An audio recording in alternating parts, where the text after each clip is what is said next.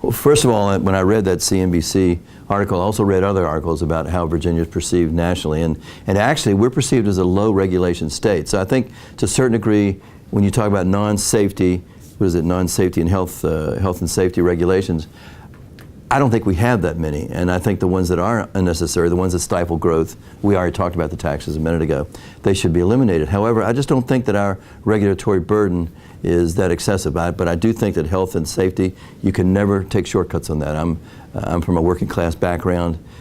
My father suffered some industrial accidents, and I'm very, very favorably disposed to a lot of health and safety regulations. You cannot be too safe on a job. And I think it makes your labor environment much healthier. And by the way, one of the things I also took from those articles that I read is the fact that our state is considered to have one of the best trained workforces in the country. And I think that says a lot for our educational system, but I think we want to encourage that by making everybody know, businesses that move in here, that we take care of our workers, that we want to make sure that they're healthy and that they're safe on the job. So I don't think that that is a real issue. As far as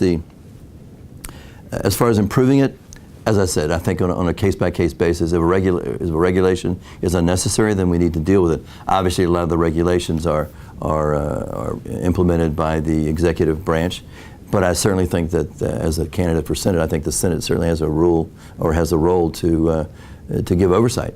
And when it's unnecessary, then I think the checks and balances kicks in, and that's part of our system. But I don't see any particular reform, at least an overall reform, necessary at this point.